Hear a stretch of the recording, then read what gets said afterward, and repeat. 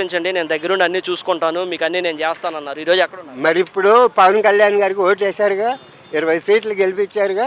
ఈ 20 సీట్లలో ఓటేసినోడు మడగొడుతున్నారు. ఏం చేస్తున్నారు వాళ్ళు? ఎందుకు మాట్లాడరు? పవన్ కళ్యాణ్ గారు మాకు సమస్యలు ఉన్నాయి, మా సమస్యలు తీర్చున్నాను. పవన్ కళ్యాణ్ గారి దగ్గరికి పోయి ఎందుకు ధర్నా చేయట్లేదు? ఆయన మన మీటింగ్ పోతే గుట్టలు పోయారు.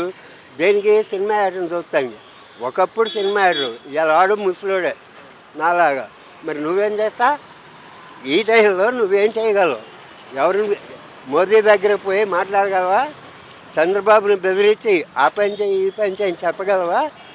మొన్న అక్కడ ఏ గుడి అది అడవిలో కాశీనారాయణ గుడికి పట్టుకోవాల్సిన అవసరం నీకే ఉంది. రోజుకు 1000 మంది అక్కడ పేదలు నాలాంటి అనాథలు తింటున్నారు. మరి దాన్ని పడగొట్టేంత అవసరం సెంట్రల్ గవర్నమెంట్కే వచ్చింది.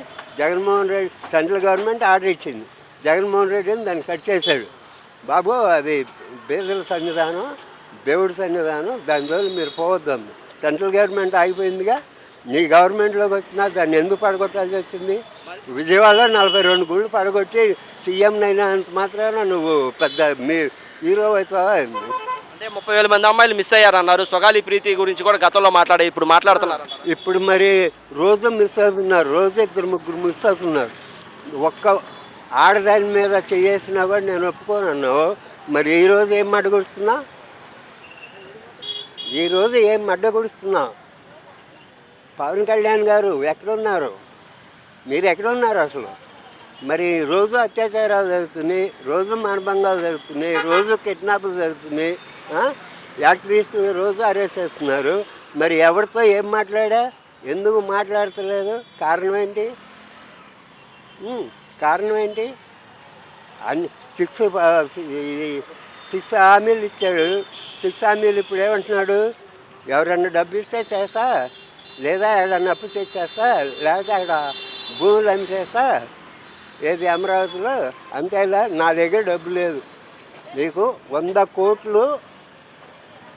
కోట్లు అప్పుతో జగన్మోహన్ రెడ్డికి నువ్వు అధికారం అప్పచెప్పావు, నువ్వు దిగిపోయావు. నీకు జగన్మోహన్ రెడ్డి ఎన్ని వేల కోట్లు ఇచ్చాడు? 7,000 కోట్లు ఇచ్చాడు. మరి 100 కోట్లు ఇచ్చినప్పుడు ఆయన అన్ని పథకాలు ఆయన హామీ ప్రకారం క్యాలెండర్ రాసి ఇచ్చాడుగా. మరి నీకు 7,000 కోట్లు నీ చేతిలో పెట్టి జగన్మోహన్ రెడ్డి దిగిపోయాడు. 40 సంవత్సరాల అనుభవం ఉందంట. అదే 40 ఇయర్స్ అనుభవం ఉంది. నేను ఇచ్చేస్తాను. 2 లక్షల కోట్లు సంపాదించుకున్నావు తప్ప నువ్వు ప్రజలకి చేసిందేంటి? ఇప్పుడు రైతులకి ఏం చేశా? మిర్చి రైతులకి ఏం చేశా? పత్తి రైతులకి ఏం చేశా? అసలు ఎవరికేం చేశా? ఆ భరోసాలన్నీ ఏమైంది? జగన్మోహన్ రెడ్డి ఇచ్చే భరోసాలన్నీ కట్ చేసావుగా. మరి ఇప్పుడు నీ గొప్పతనం ఏంటి? దేనికి నీ గొప్పతనం? 40 ఇయర్స్ పలుకుబడి ఉందన్నో, సెంట్రల్లో పలుకుబడి ఉందన్నో. సెంట్రల్లో నీకు పలుకుబడి లేదు, 100కి 100% లేదు. మోదీ గారు లెక్క ప్రకారంగా, న్యాయ ప్రకారంగా, బీజేపీ సిద్ధాంతం ప్రకారంగా అయితే మోదీ ఇంకొక 5-6 నెలల్లో దిగిపోవాలి. మోదీ దిగిపోతే ఎవడొస్తాడు? అమిత్ షా వస్తాడు, లేకపోతే ఇంకోటి వస్తాడు. అమిత్ షానే వచ్చాడు అనుకో, అమిత్ షానే చెప్పులు తీసుకొని కొట్టించావు నువ్వు తిరుపతిలో. రాళ్ళు తీసుకొని అద్దాలు బాగా పెట్టించావు. మరి అదే అమిత్ షా కడుపులో ఉంటుందిగా మంట ఎవరికైనా తప్పు చేసిన మీద. మరి అదే అమిత్ షా పిఎం అయితే నీ పరిస్థితి ఏంటి? ఆయనే ప్రధానమంత్రి అయ్యాడే అనుకో, అవుతాడో లేదో మనకు తెలియదు.